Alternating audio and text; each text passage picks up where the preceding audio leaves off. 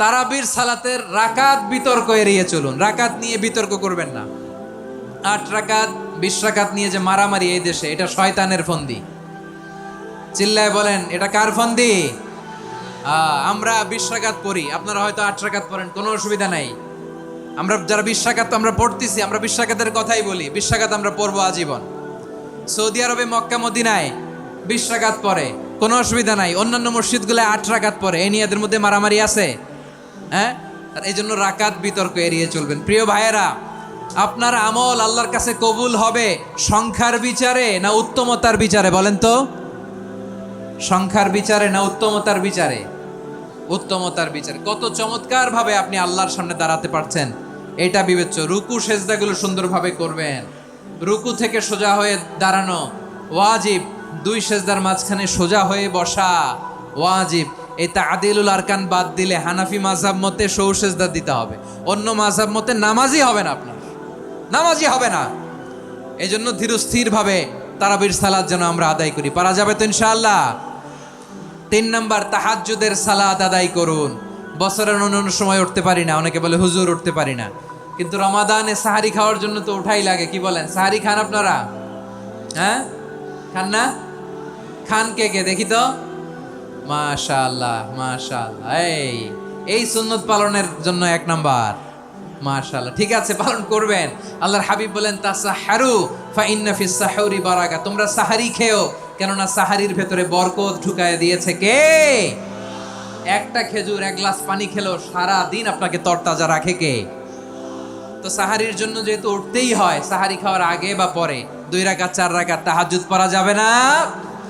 রব্বুল আলামিন বলেন, ওয়ামিনাল লাইলি ফাতাহাজ্জাদ বিহি নাফিলাতান লাকা আসা আইয়াবআসাকা রাব্বুকা মাকামান মাহমুদা। ও নবী, রাতের কিছু অংশ সময় তাহাজ্জুদের সালাত আপনি আদায় করবেন, কারণ এই তাহাজ্জুদ হলো আপনার জন্য নাফিলাতাল লাক, অতিরিক্ত ফরজ। আপনাকে মাকামে মাহমুদে অধিষ্ঠিত করবে কে? এজন্য যারা সম্মানিত হতে চান, সম্মানের আসনে যেতে চান, তাদের জন্য তাহাজ্জুদ অবধারিত। আমরা রমজানে সাহারির আগে তাহাজ্জুদ পড়তে চাই কি চাই না? এই নামাজটারে আল্লাহ বড্ড ভালোবাসেন। কেন জানেন? কারণ গভীর ঘুমকে স্যাক্রিফাইস করে আমরা এই নামাজ পড়ি। ঘুমের আরবি জানা আছে কারো? ঘুমরে আরবিতে কি বলে? অনেকগুলো আরবি আছে। একটা আরবি হচ্ছে নুআস, তন্দ্রা তন্দ্রা, আমানাতান নুআস কোরআনে এসেছে। আরেকটা আছে ঝিমুনি, ঝিমুনি, এইভাবে ঝিমুনি আসে ঘুমের আগে, এটারে বলে সিনা। এটারে কি বলে? সিনা। স্বাভাবিক ঘুমকে আরবিতে বলে নাউম। স্বাভাবিক ঘুমকে কি বলে? এই সিনা আর নাউমকে আল্লাহ এক আয়াতে এনেছেন, লা তাখুযুহু সিনাতু ওয়ালা নাউম। আল্লাহর তন্দ্রা নাই, ঘুম নাই। ঘুমের আগে যে তন্দ্রা আছে ওইটাও নাই। তাহলে নুআস, সিনা, নাউম পেলাম। আরেকটা ঘুমের আরবি হচ্ছে হুজুদ। চাঁপাইনবাবগঞ্জ আওয়াজ করে বলেন, আরেকটা ঘুমের আরবি কি? হুজুদ। এটা মাঝরাতের ঘুম, শেষ রাতের ঘুম, যেই ঘুমটা বড্ড মজা লাগে।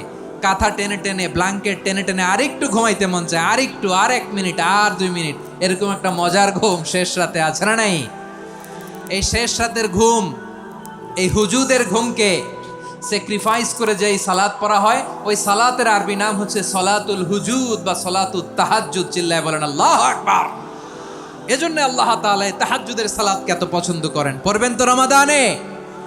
4 নম্বরে, মুক্ত হস্তে দান করুন। মুক্ত হস্তে দান করুন। ওয়ামা আতাইতুম মিন যাকাতিন তুরিদুনা ওয়াজহাল্লাহি ফাউলাইকা হুমুল মুদঈফুন।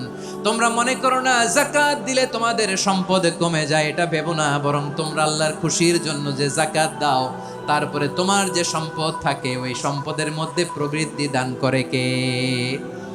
আপনি মনে করছেন দিলে কমে? চাঁপাইনবাবগঞ্জের ভাইয়ের আওয়াজ করে বলেন, দান করলে কি সম্পদ কমে নাকি বাড়ে?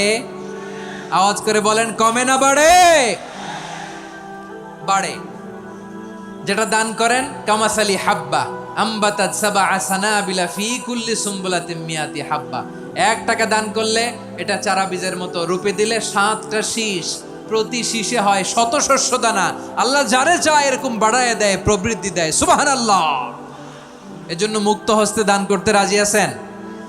আগে আগে জাকাত ক্যালকুলেট করে রাখেন। আপনার জাকাত বর্ষ যদি পরেও হয়, দেরি করেও হয়, ধরেন যে প্রতি বছর মুহররমে দেন, আপনি আগে দিতে পারবেন। জাকাত অগ্রিম আদায় করা যায়। সুবহানাল্লাহ বলেন। বিষ্ণু ইসা ইসলাম রমাদানে এত দান করতেন, কানা আজওয়াদান নাস, কিন্তু রমাদানে আজওয়াদুন নাস আজওয়াদু বিল খাইরি মিনার রিহিল মুরসালা, প্রবাহিত বাতাসের চেয়ে বিশ্বনবী আর অবদান্যতা বেড়ে যেত। প্রবাহিত বাতাস যেমনি সবাইরে বাতাস দেয়, আস্তিক নাস্তিক মুমিন কাফির সবাইকে শীতল করে দেয়, তেমনি নবীজির রমাদানের দান ছিল এমন, কেউ নবীর কাছে চেয়ে ফিরে গিয়েছে এর নজির নাই। জোরে বলেন সুবহানাল্লাহ। রমাদানে দান করব, ইফতার শেয়ার করব। কাউকে ইফতারি করালে সারাদিন রোজা রেখে তার যে সওয়াব, আপনি ইফতার করানোর কারণে আপনার আমলনামায় ওই সওয়াব আল্লাহ ঢুকায় দিবেন। পড়েন সুবহানাল্লাহ। সাহাবারা বললেন, নবী আমরা গরিব মানুষ, ইফতারি খাওয়ানোর পয়সা নাই।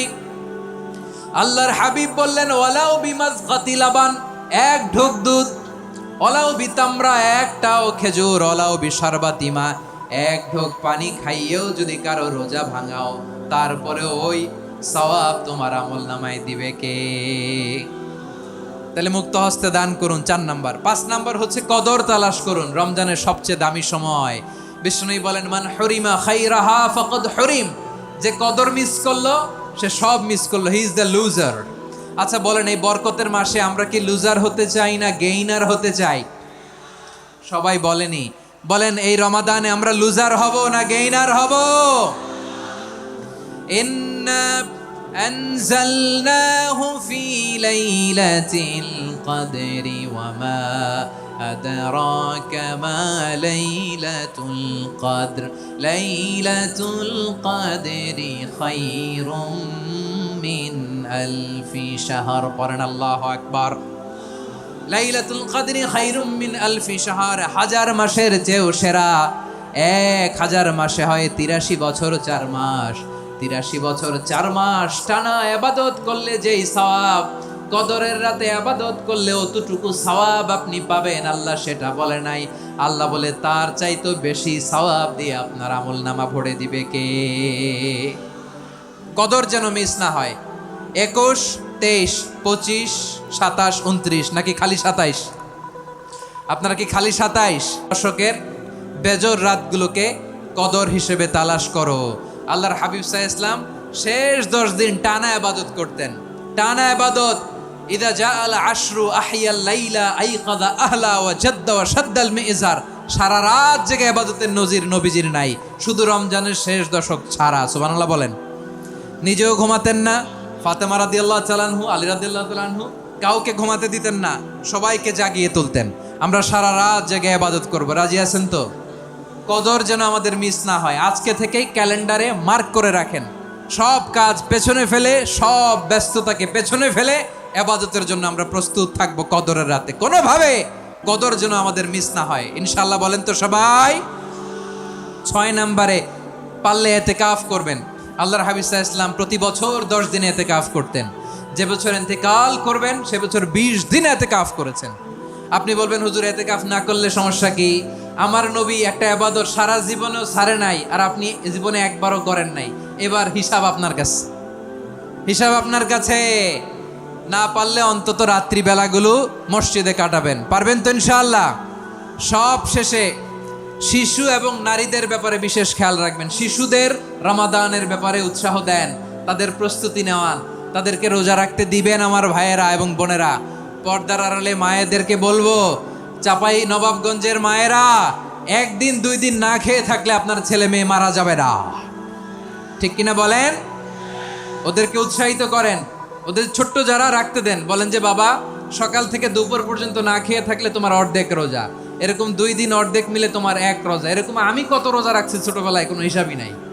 আমার দাদি বলতো সকাল থেকে না খেয়ে দুপুর 12টা পর্যন্ত রাখলে নাকি অর্ধেক হয়, এরপরের দিন অর্ধেক, 2 অর্ধেক মিলে 1 রোজা। এটা তো আসলে রোজা হয় না, কিন্তু তাকে উৎসাহ দেয়া।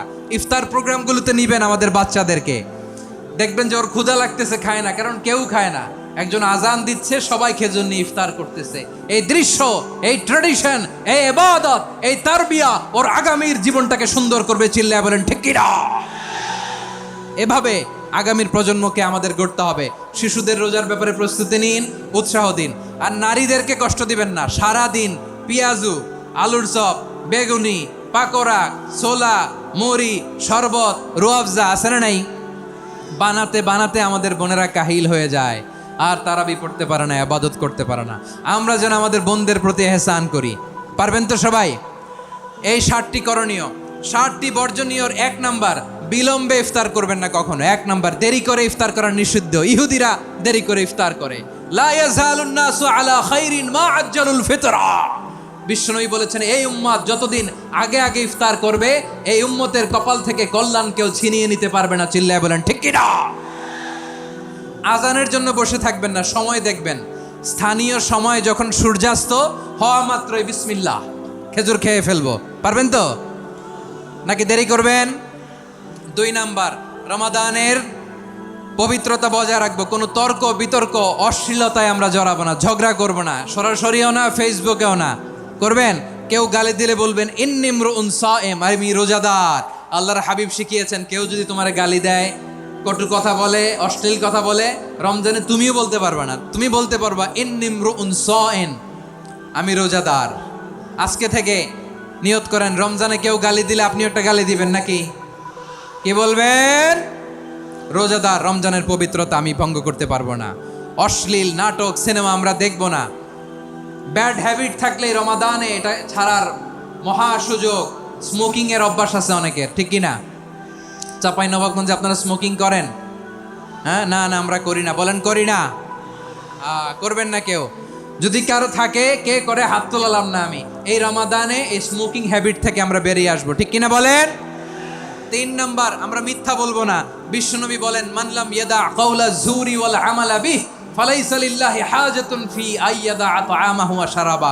যে রমজানে মিথ্যা কথা, মিথ্যা কাজ, মিথ্যা সাক্ষী ছাড়তে পারে নাই, তার না খেয়ে থাকা, উপবাস থাকা দিয়ে আল্লাহর কিছু যায় আসে না।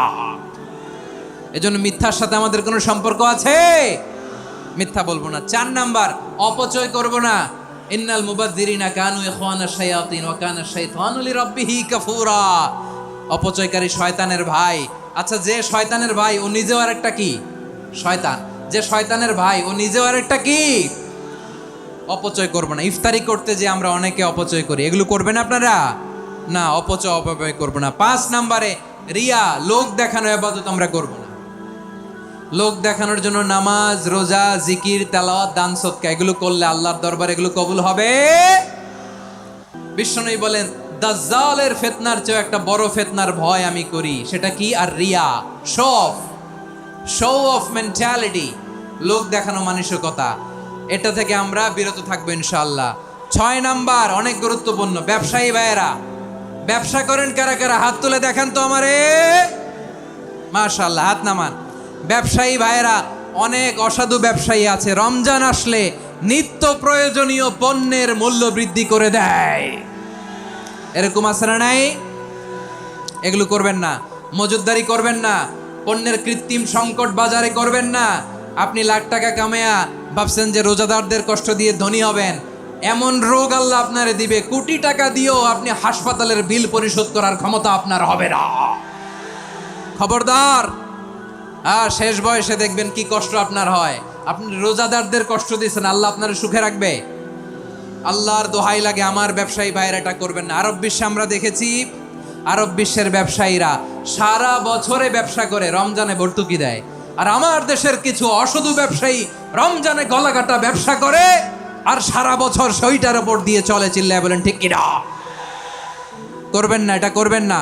নিত্য প্রয়োজনীয় পণ্যের মূল্য বৃদ্ধি করা হারাম, পণ্যের কৃত্রিম সংকট তৈরি করা হারাম, মজুদদারি করা হারাম, রোজাদারদেরকে কষ্ট দেয়া হারাম। এটা করবেন না। 7 নাম্বারে সর্বশেষ কথা, অধীনস্থ যারা আছে তাদের কাজের চাপ আপনারা কমিয়ে দিবেন। কাজের লোক, ফ্যাক্টরির ওয়ার্কার, স্টাফ, তাদের প্রতি যদি রহম করেন, আপনার উপর রহম করবে কে?